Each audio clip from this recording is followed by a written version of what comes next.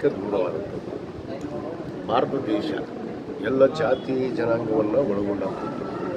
ಹಲವಾರು ಧರ್ಮಗಳು ಇಲ್ಲಿದ್ದಾವೆ. ಇವತ್ತಿಂದ ಸೃಷ್ಟಿಯಲ್ಲ ಇದು ಯಾವತ್ತೂ ಈ ದೇಶ ಸ್ವಾತಂತ್ರ್ಯ ಸಿಕ್ಕ ಪೂರ್ವದಲ್ಲಿ ಸ್ವಾತಂತ್ರ್ಯ ಸಿಕ್ಕ ನಂತರ ಕೂಡ ಆ ಒಂದು ಪದ್ಧತಿಯನ್ನು ಅಳವಡಿಸಿಕೊಂಡು ಜಾತ್ಯತೀತ ರಾಷ್ಟ್ರವನ್ನಾಗಿ ಮಾಡಿದ್ದಾರೆ.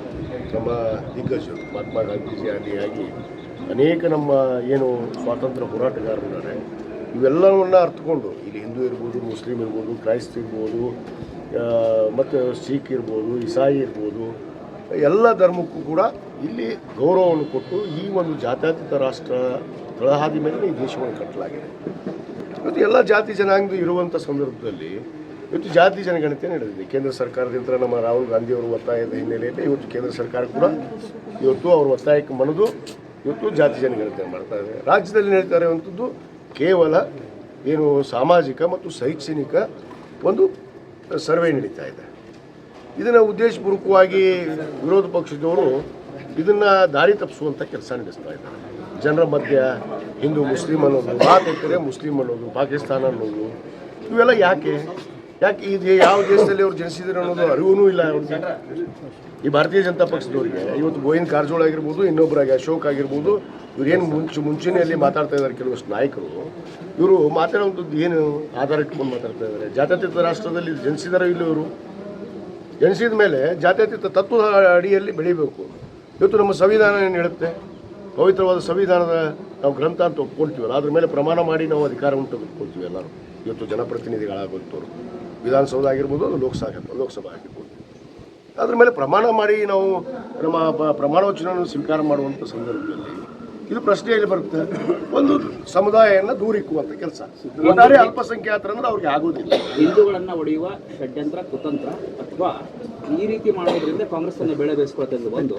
ಇನ್ನೊಂದು, ಈ ಸಿದ್ದರಾಮಯ್ಯನವರು ಓಲೈಕೆ ರಾಜಕಾರಣದ ಮುಂದಾದರೆ ವೈಜ್ಞಾನಿಕವಾಗಿ ಬೆಂಬಲಿಸ್ತೀವಿ. ವೈಜ್ಞಾನಿಕವಾಗೇ ಮಾಡ್ತಾ ಇದ್ದಾರೆ. ಈಗಾಗಲೇ ಆಗಿತ್ತು ಒಂದು ಸಾರಿ, ಈ ಸರ್ವೆ ಆಗಿತ್ತು, ಮತ್ತೊಮ್ಮೆ ಮಾಡಬೇಕು ಅಂತೇಳಿ ನಮ್ಮ ನಾಯಕರು ಆದೇಶ ಮಾಡಿದ ಮೇಲೆ ಒಪ್ಕೊಂಡು ಇವತ್ತು ಮತ್ತೆ ಈಗ ಸಮೀಕ್ಷೆ ಮಾಡೋದಕ್ಕೆ ನಾವು ಮುಂದಾಗಿದ್ದೀವಲ್ಲ. ಇದು ಯಾಕೆ ಪ್ರಶ್ನೆ ಬರುತ್ತೆ? ಬರೆಸ್ಲಲ್ಲ, ಅವ್ರಿಗೆ ಯಾರು ಬೇಡ ಅಂದಾರ? ಇವತ್ತು ಸ್ಪಷ್ಟವಾಗಿ ಏನಿದು ಮುಚ್ಚುಮರಿ ಮಾಡ್ತಾ ಇದ್ದೀವ? ಪ್ರಜಾಪ್ರಭುತ್ವ ರಾಷ್ಟ್ರ, ಈ ಪ್ರಜಾಪ್ರಭುತ್ವ ರಾಷ್ಟ್ರದ ಒಂದು ತಳಹಾದಿ ಮೇಲೆ ಇವತ್ತು ಆ ಒಂದು ಸಮೀಕ್ಷೆ ನಡೀತಾ ಇದೆ. ಆ ಸಮೀಕ್ಷೆಯಲ್ಲಿ ಅವ್ರು ಬೇಕಾದ್ರೆ ಬರೆಸ್ಲಲ್ಲ. ಯಾರ್ಯಾರು ಜನಾಂಗ, ಯಾವುದ್ಯಾವ ಜನಾಂಗ ಇದೆ ಆ ಜನಾಂಗ ಅವರವರ ಮೀಸಲಾತಿ ತಕ್ಕ, ಅವರವರ ಅನುಗುಣವ ತಕ್ಕ, ಜಾತಿ ಅನುಗುಣವ, ಧರ್ಮದ ಅನುಗುಣವಾಗಿ ಅವ್ರು ಬರೆಸೋದಕ್ಕೆ ಹಕ್ಕಿದೆ. ಆ ಹಕ್ಕನ್ನು ಕೊಟ್ಟಿದ್ದೀವಲ್ಲ ಭಾರತ ದೇಶದಲ್ಲಿ. ಆ ಹಕ್ಕು ಜನರಿಗಾಗಿ, ಜನರಿಗೋಸ್ಕರ, ಜನರಿಂದ ಎನ್ನುವ ಮಾತು ಯಾಕೆ? ಎಲ್ಲರೂ ಭಾಷಣ ಹೊಡಿತಿರಲ್ಲಪ್ಪ. ಮತ್ತು ಅವ್ರಿಗೆ ಬಿಡ್ರಿ, ಅವ್ರಿಗೆ ಹೇಳೋದಕ್ಕೆ. ಸುಮ್ಮನೆ ಸಿದ್ದರಾಮಯ್ಯನವ್ರು ಹೋಲಿಸೋದು, ಕ್ರಿಶ್ಚಿಯನ್ ಹೋಲಿಸ್ತಾರ, ಮುಸ್ಲಿಂ ಹೋಲಿಸ್ತಾರ, ಬರೀ ಇದೇ ಇವರು. ಅಂದರೆ ಇವರಿಗೆ ಯಾವುದೇ ನಮ್ಮ ಸರ್ಕಾರದ ವಿರುದ್ಧ, ನಮ್ಮ ನಾಯಕರ ವಿರುದ್ಧ ಮಾತಾಡುವಂಥ ಶಕ್ತಿ ಕಳ್ಕೊಂಬಿಟ್ರ. ಯಾಕಂದ್ರೆ ಪಕ್ಷ ನಶಿಸಿ ಹೋಗ್ತಾ ಇದ್ದಾವೆ. ಈ ಒಂದು ಧರ್ಮದ ಆಧಾರದ ಮೇಲೆ ಏನಾದರೂ ಈ ದೇಶವನ್ನು, ಈ ರಾಜ್ಯವನ್ನು ಒಡೆಯೋದಕ್ಕೆ ಸಾಧ್ಯ ಇದೆ ಅನ್ನೋದನ್ನು ಅವ್ರು ಪ್ರಯತ್ನಿಸ್ತಾ ಇದ್ದಾರೆ. ಇವತ್ತು ಅವರು ಸರ್ಕಾರ ಮಾಡಿದ್ದು ಕೂಡ, ಕೇಂದ್ರ ಸರ್ಕಾರ ಮಾಡಿದ್ದು ಅದೇ ಒಂದು ತಳಹಾದಿ ಮೇಲೇ. ಇವತ್ತು ಯಾವ ರೀತಿ ಆಯಿತು ಈ ದೇಶದಲ್ಲಿ? ಏನು ಮಾಡಿದ್ದಾರೆ? ಏನು ಅಭಿವೃದ್ಧಿಯನ್ನು ಕಂಡಿದೆ ನಮ್ಮ ದೇಶ?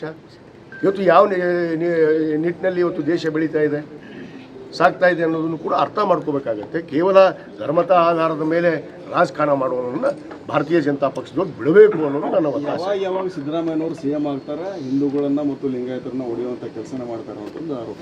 ನೋಡ್ರಿ, ಇದನ್ನು ನಾನು ಒಪ್ಪೋದಿಲ್ಲ. ನಾನು ನಿರಾಕರಿಸ್ತೀನಿ, ಧಿಕ್ಕರಿಸ್ತೀನಿ, ಖಂಡಿಸ್ತೀನಿ.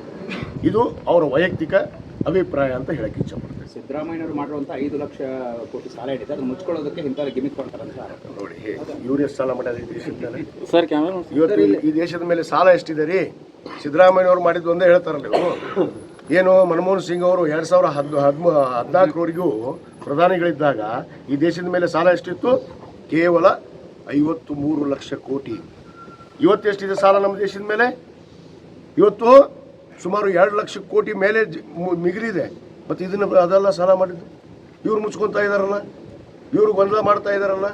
ಇವರು ಎಂದಾದರೂ ಒಪ್ಕೋತಾರ? ಈ ದೇಶದಲ್ಲಿ ಯಾವುದೋ ಒಂದು ಕಾಲು ತುಳಿತ ಆದ ತಕ್ಷಣ ಅದನ್ನು ನಮ್ಮ ಮೇಲೆ ರಾಜೀನಾಮೆ ಕೊಡ್ರಿ ಅಂತ ಹೇಳ್ತಾರಲ್ಲ. ಪ್ರಧಾನಿಗಳು ಒಂದು ಫ್ಲೈಟೇ ಡಮ್ ಅಂತಲ್ಲ, ಮೊನ್ನೆ 260ಕ್ಕೂ ಹೆಚ್ಚು ಜನ ಸಾವನ್ನಪ್ಪಿದ್ರಲ್ಲ. ಇವರು ಒಪ್ಕೋತಾರ ಅದನ್ನ? ಇವ್ರದೇ ಅಲ್ಲ ಆಡಳಿತ, ಕೇಂದ್ರ ಸರ್ಕಾರದ ಆಡಳಿತದಲ್ಲಿ ಆಗಿರುವಂಥ ಅನಾಹುತಗಳೆಲ್ಲ. ಪುಲ್ವಾಮಾದಲ್ಲಿ 50 ಜನ ನಮ್ಮ ಯೋಧರು ಸತ್ರು. ಅದಕ್ಕೇನಾದರೂ ಇವರು ಹೊಣೆಯನ್ನು ಹೊತ್ಕೊಂಡ್ರ? ನಾವು ಹೊಣೆ ಹೊತ್ಕೋಬೇಕು, ಇವರು ಹೊತ್ಕೊಳ್ಳಲ್ಲ ಅಂತ ಯಾರಾದರೂ ಉದ್ದೇಶಪೂರ್ವಕವಾಗಿ ಕಾಲು ತುಳಿತವನ್ನು ಮಾಡಿಸ್ತಾರ? ನೋಡ್ರಿ ಇವೆಲ್ಲ ಜನ ನೋಡ್ತಾ ಇದ್ದಾರೆ. ಇವ್ರು ಮಾಡ್ತಾ ಇರೋದು ಧರ್ಮ ಆಧಾರಿತ, ಜಾತಿ ಆಧಾರಿತ ರಾಜಕಾರಣ ಅನ್ನೋದು ಈ ದೇಶದ ಜನತೆಗೆ ಗೊತ್ತಾಗಿದೆ. ಅದಕ್ಕೆ ಈ ಸಾರಿ ಏನು ಬಂತು ಈ ಚುನಾವಣೆಯಲ್ಲಿ ಫಲಿತಾಂಶ ಏನು 400 ಪಾರ್ ಅಂದಲ್ಲ, 400 ಪಾರ್ ಬಂತ? ನಿಶ್ಚಲ ಬಹುಮತ ಕೊಟ್ಟರೆ ಜನ ಯಾಕೆ ಕೊಟ್ಟಿಲ್ಲ?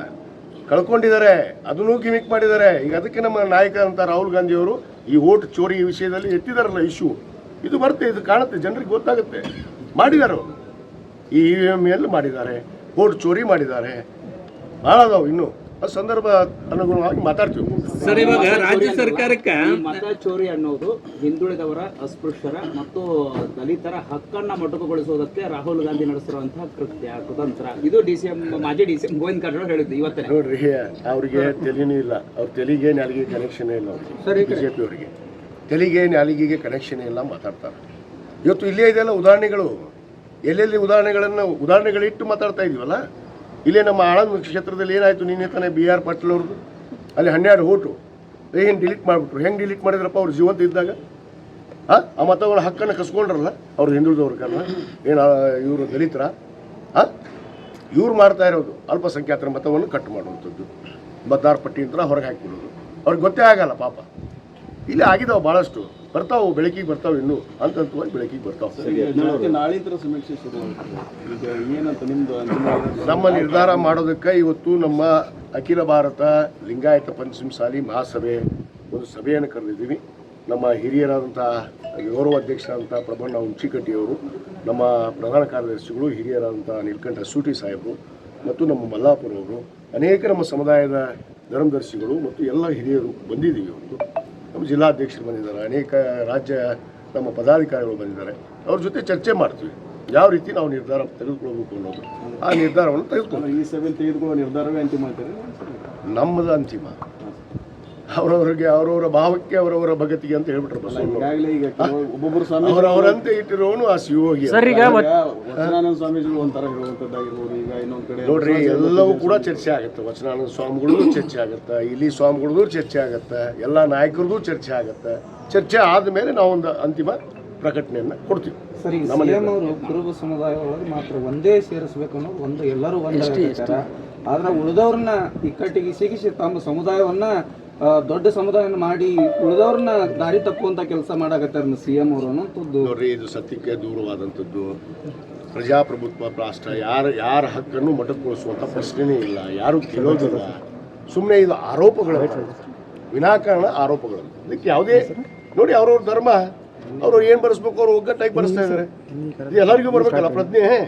ನಮ್ಮವ್ರು ಹಾದಿ ತಪ್ಪಿಸೋರು ನಮ್ಮವ್ರ, ಬೇರೆಯವರಲ್ಲ. ನಮ್ಮ ಹೇಳಿದ್ನಲ್ಲ, ಈ ಕಾವಿದಾರಿಗಳು ಇದಾರ, ಈಗ ಖಾದಿದಾರಿಗಳು ಇದಾರ, ಮತ್ತು ಇನ್ನೊಂದು ವಿದ್ವಾಂಸರು ಬುದ್ಧಿವಂತರು ಕೂಡ ಅದಾರೆ ಇಲ್ಲಿ, ಪಂಡಿತರು. ಇವರು ಬಹಳ ಶ್ರೇಷ್ಠ. ಕೆಲವು ಜನ ಅಂತರೂ ಆಕಾಶದಿಂದ ಡೈರೆಕ್ಟ್ ಇಲ್ಲಿ ಹೇಳಿದ್ಬಿಟ್ಟಾರೆ, ಅಂಥವ್ರು ಅದಾರ ಇಲ್ಲಿ. ಇವರು ಹುಟ್ಟಿಲ್ಲ, ಇಲ್ಲಿ ಹುಟ್ಟಿರಿ ಅನ್ನೋದು ಮರ್ತು ಬಿಟ್ರೆ. ಅವರು ಯಾವ ಧರ್ಮದಲ್ಲಿ ಹುಟ್ಟಿದೆ ಅನ್ನೋದು ಬರ್ತಾರ, ಯಾವ ಜಾತಿಯಲ್ಲಿ ಜನಿಸಿದೀವಿ ಅನ್ನೋದು ಬರ್ತಾರ. ಸಾಕ್ಷಾತ್ ಪರಮಾತ್ಮನಿಂದ ಇವರು ಪ್ರತ್ಯಕ್ಷ ಆಗಿಬಿಟ್ಟಾರೆ ಈ ಭೂಮಿಗೆ. ಆ ಪ್ರತ್ಯಕ್ಷ ಆದವ್ರಿಗೆ ಏನ್ ಹೇಳ್ಬೇಕಪ್ಪ? ಯಾರ ಹೆಸರು ತೊಗೊಳೋದಿಲ್ಲ, ಯಾರಿಗೆ ಹೇಳೋದಿಲ್ಲ. ಅವರು ಸಾಕ್ಷಾತ್ ಪರಮಾತ್ಮನಿಂದ ಈ ಭೂಮಿ ಮೇಲೆ ಸೃಷ್ಟಿಯಾದಂಥವ್ರು. ಅಂಥವ್ರಿಗೆ ನಾವು ಮಾತಾಡೋಕ್ಕಾಗಲ್ಲ. ಸರ್, ಯತ್ನಾಳ್ ಅವರು ಈಗ ನಿನ್ನೆ ನೀವು ಒಂದು ಸ್ಟೇಟ್ಮೆಂಟ್ ಮಾಡಿದ್ರಿ, ಈ ಬಸವಣ್ಣವರು ಲಿಂಗಾಯತ ಧರ್ಮವನ್ನು ಒತ್ತಾಗ್ತಿದ್ರು. ಆದರೆ ಅದಕ್ಕೆ ವಿರೋಧವಾಗಿ ಬಸವಣ್ಣವರು ಕಟ್ಟಿಲ್ಲ, ಕೇವಲ ಮೌಢ್ಯವನ್ನು ಯಾವುದೇ ಧರ್ಮವನ್ನು ಕಟ್ಟಿಲ್ಲ ಅಂತ ನೋಡ್ರಿ, ಯಾರು ಕಟ್ಟ್ಯಾರ ಯಾರು ಬಿಟ್ಟಾರ ಅನ್ನೋದು ಅದು ಜನ ನಿರ್ಧಾರ ಮಾಡ್ತಾರೆ. ಇವಾಗ ವ್ಯಕ್ತಿ ನಾನಾಗ್ಲಿ, ವಿಜಯಾನಂದ ಕಾಶ್ಯಪ್ನವರಾಗಲಿ ಇನ್ನೊಬ್ಬ ಆಗಲಿ ಮಾಡೋದಕ್ಕೆ ಆಗೋದಿಲ್ಲ. ಇದು ಕಾಲದಿಂದ ಬಂದಂಥದ್ದು, ಇವತ್ತಲ್ಲ. ಇವತ್ತು ನಾವು ಸೃಷ್ಟಿಕರ್ತರ ಆಗಕ್ಕೆ ಸಾಧ್ಯ ಇಲ್ಲ. ಸೃಷ್ಟಿಯಾದಾಗ ಇವನು ಎಲ್ಲಿದ್ದ? ಈ ಭೂಮಿ ಸೃಷ್ಟಿಯಾದಾಗ, ಮಾನವ ಕುಲ ಸೃಷ್ಟಿಯಾದಾಗ ಅನ್ನೋದು ಅರಿವೇ ಇಲ್ಲ ಅವರಿಗೆ. ಅವರ ವೈಯಕ್ತಿಕ ಏನು ಬೇಳೆ ಬೇಯಿಸ್ಕೊಳ್ಳೋದಕ್ಕೆ ರಾಜಕೀಯ ಒಂದು ಹಿತದೃಷ್ಟಿಯಿಂದ ಎಲ್ಲೋ ನಾನು ಸ್ವಯಂ ಘೋಷಿತ ಈ ರಾಜ್ಯದ ನಾಯಕ ಆಗ್ಬೇಕು, ಈ ರಾಜ್ಯದ ನಾನು ಹುಲಿ ಆಗ್ಬೇಕು, ಎಲ್ಲ ಸ್ವಯಂ ಘೋಷಿತಾರೆ. ಯಾರು ಕೇಳ್ತಾರೆ ರೀ? ಅವರು ಅದಕ್ಕೆ ಹೇಳಿದಿಲ್ಲ, JCB ಅಲ್ಲ, ಅದು BCJ ಆಗುತ್ತೆ. ಅದನ್ನ ಕೊಡ್ತೀನಿ. ಸ್ವಲ್ಪ ಜಲ್ದಿ ಹೇಳಿದ್ರೆ ಮಜಾ ಇರೋದಿಲ್ಲ. ಅದನ್ನ ನಾನು ಸ್ಟಡಿ ಮಾಡಕತ್ತೀನಿ. ಸ್ಟಡಿ ಮಾಡಿ ಸರಿಯಾದ ನೋಡ್ರಿ, ಅಲ್ಲಿ ಯಾರು ಕೂಡಾಕತ್ತಾರ ಅನ್ನೋದು ಬಹಳ ಸ್ಪಷ್ಟವಾಗಿ ಕಾಣ್ತಾ ಇದೆ ನಿಮಗೆ. ನೀವು ನೋಡ್ತಾ ಇದ್ದೀರಿ ಮಾಧ್ಯಮದವರು. ಅಲ್ಲಿ ಯಾರು ಕೂಡ್ತಾರಪ್ಪ? ಬೆಲ್ಲದ ಅರವಿಂದ್ ಬೆಲ್ಲ, ಸಿ ಪಾಟೀಲ್, ವೀರಣ್ಣ ಕಡಾಡಿ ಅವರು, ನಾನು ಅವ್ರ ಹೆಸರು ಯಾರು, ಇನ್ನೊಂದಿಷ್ಟು ಮಂದಿ ಇದಾರ. ಆ ಕಡೆ ಒಂದಿಷ್ಟು ಮಂದಿ ಜಗ್ಗಾಕತ್ತಾರ, ಈ ಕಡೆ ಒಂದಿಷ್ಟು ಮಂದಿ ಹರಿಯಾಗಿ ಕೊಟ್ಟ ಹರೇ ಕೆಲಸ ನಡೆಸ್ಯಾರ. ಆದ್ರೆ ಜನ ಶಾನ್ಯರದಾರ, ಇದು ಹರಿಯಾಗಿಲ್ಲ. ಜನರಿಗೆ ತಪ್ಪು ಹಾದಿ ಕೊಟ್ಟರು ಕೂಡ, ಸಂದೇಶ ಕೊಟ್ಟರು ಕೂಡ ಜನರು ಪ್ರಜ್ಞಾವಂತರಿದ್ದಾರೆ. ಅವ್ರದೇ ಆದ ನಿರ್ಧಾರಗಳಿದಾವೆ, ಅವ್ರು ನಿರ್ಧಾರ ಮಾಡ್ತಾರೆ. ನಮ್ಮಪ್ಪ ಶ್ರೀಗಳು ಹಿಂದೂ ಅಂತ ಬರ್ಸ್ಬೇಕಂತ ಹೇಳ್ತಾ ಇದ್ದಾರೆ. ನೀವು ಎಲ್ಲಿ ನಿನ್ನೆ ಸಭೆಯಲ್ಲಿ ನಾನು ಪಾಲ್ಗೊಂಡಿದ್ದೀನಿ. ನಾನು ಅತ್ಯಂತ ಗೌರವಪೂರ್ವಕವಾಗಿ ಪಂಚಮೀರಾಧೀಶ್ವರರು ಪ್ರಥಮ ಬಾರಿಗೆ ಅವರು ಎಲ್ಲವನ್ನ ತ್ಯಾಗ ಮಾಡಿ, ಅವರ ಪ್ರತಿಷ್ಠೆ, ವೈಯಕ್ತಿಕ ಒಂದು ಸ್ವಾಭಿಮಾನವನ್ನು ತ್ಯಾಗ ಮಾಡಿ ಸಮಾನವಾಗಿ ಕೂತಿದ್ರು. ಎಲ್ಲ ಸ್ವಾಮಿಗಳು, ಸುಮಾರು 1000 ಜನ ಸ್ವಾಮಿಗಳಿದ್ರು. ಎಲ್ಲರೂ ಕೂಡಿ ಸಮಾನ ವೇದಿಕೆಯಲ್ಲಿ ಕೂತಿದ್ರು. ಸಮಾನತೆಯನ್ನು ಈ ನಾಡಿಗೆ ಸಂದೇಶ ಕೊಡಬೇಕು. ಎಲ್ಲ ಧರ್ಮೀಯರನ್ನು, ಎಲ್ಲ ಜಾತಿ ಜನಾಂಗವನ್ನು ಒಗ್ಗಟ್ಟಾಗಿ ಕರ್ಕೊಂಡು ಹೋಗ್ಬೇಕಂತ ಒಂದು ನಿರ್ಧಾರ ಆಗಿದೆ. ಇವು ಸುಳ್ಳು ಆರೋಪಗಳು. ಯಾರೂ ಕೂಡ ಹಿಂದೂ ಬರ್ಸಂತ ಹೇಳೋದಿಲ್ಲ, ಹಿಂದೂ ಬರ್ಸಕ್ಕೆ ನಾವು ಸಿದ್ಧನೂ ಇಲ್ಲ ಸ್ವಾಮೀಜಿ ಮನೆಗೆ ಸ್ಟಿಕ್ಕರ್ ಅನ್ಸ್ಕೊಂಡು ಹೊಂಟಾರೆ ಎಲ್ಲ ಕಡೆ, ಮತ್ತೆ ಹಿಂದೂ ಅಂತ ಬರ್ಸ್ರಿ ಅಂತ ಓಪನ್ ಆಗಿ ಒಂದೇ ಮಾತಿನಲ್ಲಿ ಹೇಳಿದ್ರು. ಬಸವಣ್ಣವ್ರು 12ನೇ ಶತಮಾನದಲ್ಲಿ ಹೇಳಿದ್ದಾರೆ, ಈ ಜಗತ್ತಂಗಿತ ಅವರವರ ಭಾವಕ್ಕೆ ಅವರವರ ಭಕ್ತಿ, ಅವರವರಂತೆ ಇಟ್ಟಿರುವನು ಆ ಶಿವೋಗಿ ಅಂತ. ಅಷ್ಟೇ.